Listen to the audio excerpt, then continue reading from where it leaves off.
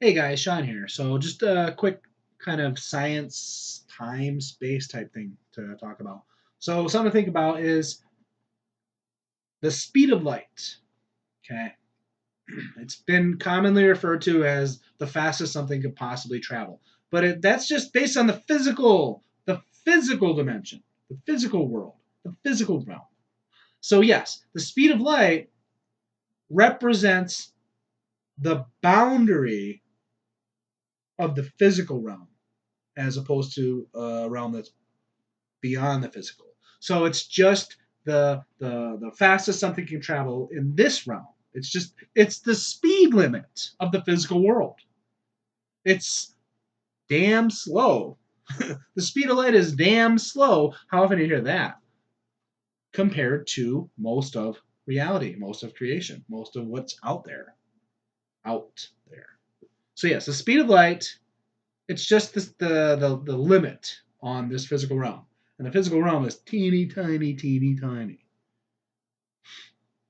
So here's the something to think about part. So can you imagine that you travel faster than light and then all of a sudden you're traveling back in time? Now again, this is just an example. I'm not trying to draw conclusions here. I'm not trying to summarize ideas and concepts here. I'm just putting out a thought experiment that's interesting to me, and you might find it interesting. I don't know. So, all right. So let's say you have a clock on the wall. All right. You have a clock on the wall, and it's your standard has the minute and the hour hands, right? So let's say it's 9:55. There's no special significance that I said 9:55. Just like this doesn't mean I'm a devil worshiper, Illuminati 666. Bullshit. Maybe that's a-okay. All right. If I do this, I ain't trying to send some hidden message about devils. My God, people, watch the hand signs now. Some people do that. Not me though. So anyway, so you have a 9:55 the clock. So the little hands on the 9, a big hands on the 11. It's 9:55 exactly. Okay. So if you were to visually observe the clock at 9:55, you would need to see the light reflect off the clock and then go into your eye, and then your brain will put the picture together. So when the clock is at 9:55, photons of light from a light source like the clock, like the light in the kitchen that shines on the clock, or the sun outside that shines on the clock through your window. The light bounces off the clock, the photons. They bounce off the clock that says 9:55, and then they go into your eye. That's how we see. So we see that the clock is at 9:55. Now, not only are photons bouncing off the 9:55 clock and going to your eye, they're bouncing off the 9:55 clock and going that way into into space, into outer space, into wherever, all kinds of directions. So let's say in this thought experiment, you were able to propel yourself almost the speed of light,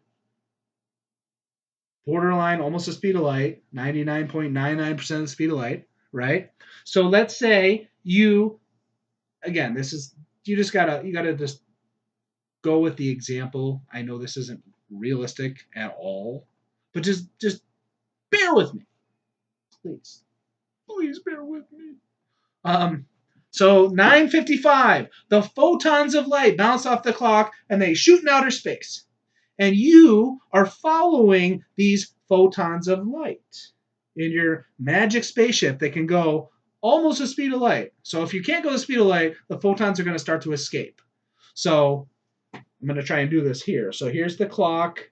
The photon of light bounces off the clock and goes that way, and you're going to follow it in your little magic spaceship. Let's say you not only can go almost the speed of light, you can go the speed of light, and you're like equal to it. Now you go faster than the speed of light, you're going to pass that photon, right? Think about it. If you can travel faster than the speed of light, you're going to eventually overtake that photon that bounced off the 9:55 clock and went that way. So you'd actually catch up to it. And if you kept going, you're going faster than the speed of light. Here's the weird part. Think about it. You'd eventually catch up with the photons of light that were a minute older, the 954. When the clock was at 954, a minute prior, if the light was on at that time, the photons would have bounced off that clock at 954 and would have went that way. And if you can go faster than light, in theory, you would catch up to the 954 photon. And if you were to look at it with your eyes and the knife, you would see the clock at 9. And I know you'd be like billions of miles away at this point. But again, just like bear with me here. So you could visually witness and see the clock at 954 because you caught up to the photon because you were going faster than light. Either this is going to be completely like too confusing and weird and whatever to a lot of you, or this is like, wow, that's interesting, or a mix of both. But anyway, wanted to share that. Catch you later.